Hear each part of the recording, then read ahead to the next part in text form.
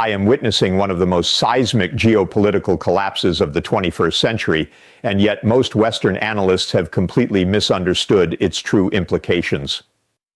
The 10-day implosion of Bashar al-Assad's regime in December 2024 was not merely the end of a brutal dictatorship, it was the systematic destruction of a $50 billion Iranian investment strategy that took decades to construct. What I observe unfolding in Syria represents the most devastating strategic defeat Iran has suffered since the 1979 revolution, and the reverberations are already reshaping the entire architecture of Middle Eastern power. The speed and totality of this collapse defies every conventional assumption about proxy relationships and authoritarian resilience that has guided regional analysis for the past 3 decades. Iran's Syrian project was not a marginal investment. It was the cornerstone of Tehran's transformation from a revolutionary pariah state into a regional hegemon capable of projecting power across multiple theaters simultaneously. When Assad's government collapsed on December 8, 2024, Iran lost far more than an ally. It lost its only Mediterranean anchor point, its primary corridor to Hezbollah, and most critically, its status as a regional power capable of projecting force beyond its natural borders. I am analyzing a moment where 30 years of Iranian regional expansion have been reversed in less than 2 weeks, and the strategic consequences extend far beyond Syria's borders. The scale of Iran's financial commitment to Assad reveals just how central Syria was to Tehran's grand strategy. Between 2011 and 2020, Iran poured an estimated $30 to $50 billion into propping up Assad's regime. This was not merely military aid, it was a comprehensive state-building project designed to create a permanent Iranian sphere of influence in the heart of the Levant. Iran deployed tens of thousands of Shia fighters from across the region, established training camps, built weapons factories, and created a logistics network that stretched from Tehran to the Lebanese border. I observed that this investment was fundamentally strategic rather than ideological.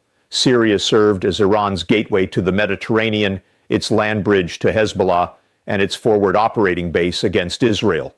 Without Syria, Iran's axis of resistance loses its geographical coherence and becomes a collection of isolated proxies rather than an integrated network. The corridor that allowed Iranian weapons to flow seamlessly to Hezbollah, the most sophisticated and well-armed non-state actor in the world, has been permanently severed. The strategic architecture Iran constructed in Syria was unprecedented in its scope and ambition. Iranian engineers built underground weapons factories in Aleppo province, established sophisticated command centers that coordinated operations from Yemen to Lebanon, and created a parallel economy that laundered billions of dollars through Syrian businesses. This was not simply military assistance, it was the construction of a shadow state designed to outlast any single regime. But the collapse reveals something even more profound about the nature of modern geopolitical competition. Iran's strategy in Syria was premised on the assumption that sustained financial commitment and proxy warfare could create durable influence in foreign territories. The Assad regime's rapid disintegration demonstrates the fundamental weakness of externally sustained authoritarian systems when faced with internal collapse. What makes this collapse particularly striking is how quickly Iran's decades of investment evaporated. The speed of Assad's fall caught Tehran completely off guard. Despite years of building military infrastructure, training local militias, and embedding Iranian advisors throughout the Syrian military, none of these investments provided strategic resilience when the regime faced its final crisis. I am witnessing a textbook example of how dependent client states can become strategic liabilities rather than assets when their internal legitimacy erodes completely. The immediate tactical consequences for Iran are devastating, but the long-term strategic implications are even more severe. Iran's regional influence was built on its ability to threaten Israel and Saudi Arabia through a network of proxies. Syria was the central node in this network, the place where weapons were stored, fighters were trained, and operations were coordinated. with Syria under the control of Hayat Tahrir al-Sham, a group with explicit anti-Iranian positions, this entire apparatus has been dismantled overnight. I observe that Iran's response to Assad's collapse reveals the depth of its strategic panic. Supreme Leader Ayatollah Ali Khamenei's call for Syrians to rise up against the new authorities was widely interpreted as an attempt to foment sectarian violence and destabilize the transition. When sectarian clashes erupted in western Syria in March 2025, several Shia militia leaders involved had been trained by Iran's Islamic Revolutionary Guard Corps. This suggests that Iran is attempting to use the same destabilization tactics that served it well during the Iraqi occupation, but in a context where it lacks the institutional support and popular legitimacy that made those tactics effective. Tehran's desperation is further evidenced by its attempts to salvage whatever assets remain from its Syrian infrastructure. Intelligence reports indicate that Iranian operatives have been quietly evacuating sensitive equipment and documentation from abandoned facilities, while simultaneously attempting to maintain contact with remaining sympathetic elements within Syria's fractured security apparatus. These efforts reveal the extent to which Iran had embedded itself within Syrian state institutions. The broader regional implications of Iran's Syrian defeat are already becoming apparent. Hezbollah, which had grown accustomed to receiving sophisticated weapon systems directly from Iran via Syrian territory, now faces significant logistical constraints. The group's military capabilities, while still formidable, are no longer being replenished at the same rate. This shifts the military balance in Lebanon and reduces Iran's deterrent capability against Israel. More importantly, Iran's failure in Syria sends a signal to other regional actors about the limits of Iranian power. For years, Iran's reputation for strategic patience and long-term commitment made it an attractive partner for non-state actors and governments seeking to balance against American and Saudi influence. The Syrian collapse suggests that Iranian support, while substantial, cannot guarantee regime survival when facing determined opposition. Yet the most profound implications of Assad's fall extend beyond Iran itself. Russia, which intervened decisively in 2015 to prevent Assad's collapse, has also suffered a major strategic defeat. Moscow's investment in Syrian military infrastructure, including air bases and naval facilities, provided Russia with its first significant military footprint in the Mediterranean since the Cold War. The new Syrian authorities have not guaranteed the continuation of these arrangements, and Russia now risks losing its primary platform for power projection in the Middle East. I am analyzing a moment where two of America's primary adversaries have suffered simultaneous strategic defeats in a theater that both considered central to their regional ambitions. This creates an unprecedented opportunity for the United States and its allies to reshape Middle Eastern dynamics, but it also creates new risks and uncertainties. The Russian response to Assad's collapse provides crucial insights into how authoritarian powers adapt to strategic defeats. Unlike Iran, which has attempted to foment instability in Syria, Russia has pursued a more pragmatic approach, seeking to maintain influence through diplomatic engagement with the new authorities. Moscow understands that its Syrian investments are too valuable to abandon entirely, and it recognizes that the new government may need Russian technical expertise and economic support during the transition period. However, Russia's position is fundamentally weakened. The new Syrian government is unlikely to provide the same level of strategic cooperation that Assad offered. Russia's military bases in Syria, which served as staging areas for operations in Africa and as symbols of Russian resurgence in the Middle East, now operate at the discretion of authorities who owe Moscow no favors and face domestic pressure to reduce foreign military presence. This shift in Russian fortunes has broader implications for the Ukraine conflict and global power competition.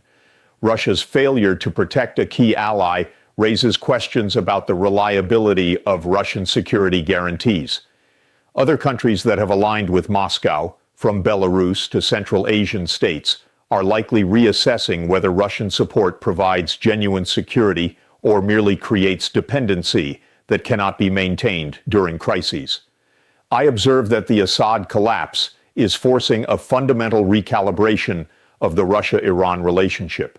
For over a decade, Syrian cooperation allowed Moscow and Tehran to coordinate their Middle Eastern strategies despite having different long-term objectives. Russia sought to restore its great power status and challenge American hegemony, while Iran sought to build a regional empire and threaten Israel. Syria provided a theater where both goals could be pursued simultaneously. The loss of this common platform exposes fundamental tensions that were previously manageable. Russia's preference for diplomatic legitimacy and state-to-state relationships conflicts sharply with Iran's reliance on proxy networks and sectarian mobilization. These differences were obscured by shared opposition to American influence, but without Syria as a unifying project, the partnership loses much of its strategic coherence.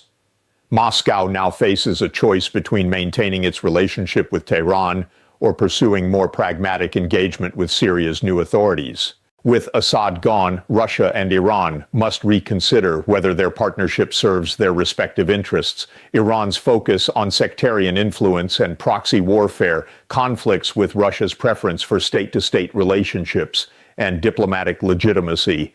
Russia's willingness to engage with Syria's new authorities may require distancing itself from Iranian destabilization efforts, creating tension within the partnership that has been crucial to both countries' regional strategies. The timing of Assad's collapse adds another layer of complexity to these dynamics. The Syrian regime fell at a moment when both Russia and Iran are facing severe pressure from other conflicts and internal challenges. Russia's resources are stretched by the Ukraine war, while Iran is dealing with domestic unrest, economic sanctions, and the degradation of its proxy network following Israeli operations against Hezbollah. I am witnessing a convergence of strategic defeats that may accelerate the decline of the Iran-Russia axis rather than strengthening it through shared adversity. Both countries are now operating from positions of weakness rather than strength, and their ability to coordinate effective responses to American and Israeli pressure has been significantly diminished. The emergence of new power dynamics in Syria creates opportunities for other regional actors to expand their influence. Turkey, which has maintained relationships with both the Assad regime and opposition groups, is positioned to play a major role in Syria's reconstruction. Israel has already begun expanding its security operations in southern Syria to prevent the establishment of new Iranian proxies. The Gulf Arab states, particularly the UAE and Saudi Arabia, are likely to provide economic support for Syria's transition in exchange for political influence. These shifting alliances represent a fundamental reordering of Middle Eastern geopolitics. The collapse of the Iran-Syria alliance creates space for new partnerships and rivalries that could define regional dynamics for decades. Arab states that had begun normalizing relations with Assad now see an opportunity to shape Syria's future through economic incentives and diplomatic engagement. This represents a return to more traditional forms of regional competition based on economic leverage rather than proxy warfare.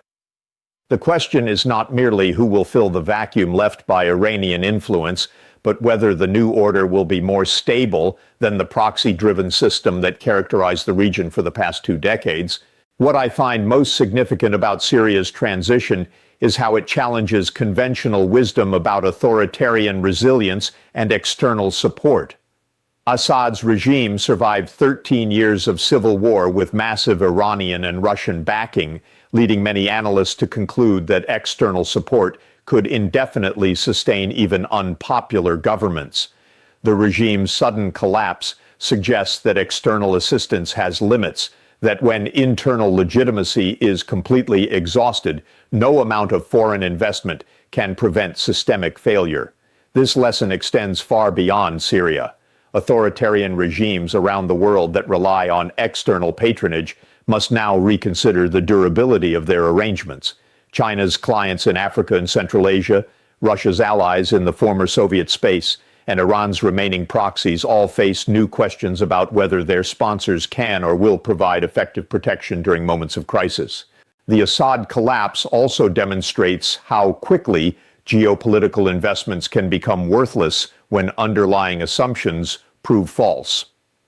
Iran's $50 billion Syrian project was based on the belief that Assad's regime provided stable, long-term access to the Mediterranean and influence over Levantine politics. This assumption appeared reasonable for over a decade, even during the most intense periods of civil war. The regime's collapse reveals how strategic investments that appear secure can evaporate almost instantly when foundational conditions change. I observe that this dynamic creates new forms of strategic vulnerability for powers that rely heavily on proxy relationships and client states. The more a country invests in external influence operations, the more exposed it becomes to sudden reversals that can undermine decades of careful planning. Iran's experience in Syria may serve as a cautionary tale for other powers considering similar strategies.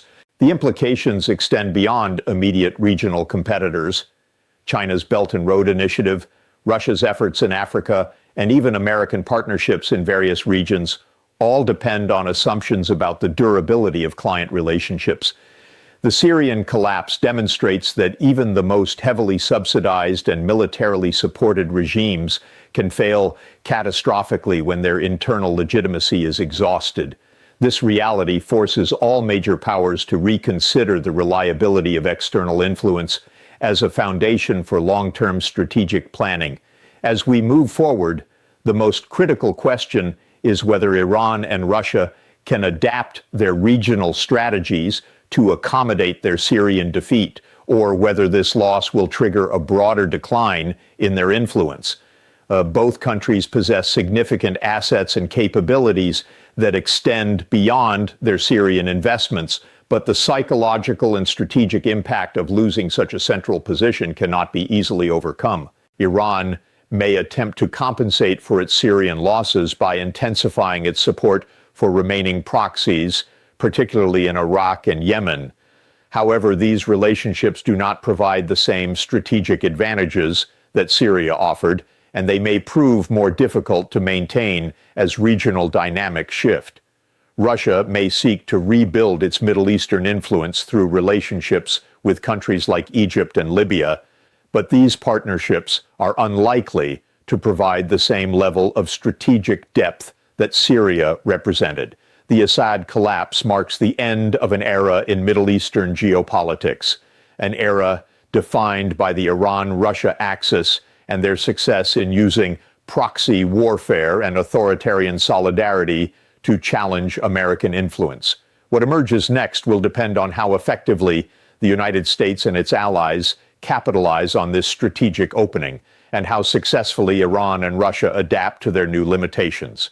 I am analyzing a moment of profound transition where decades of regional investment and strategic planning have been overturned in a matter of days. The full implications of Assad's fall will take years to unfold, but the immediate message is clear.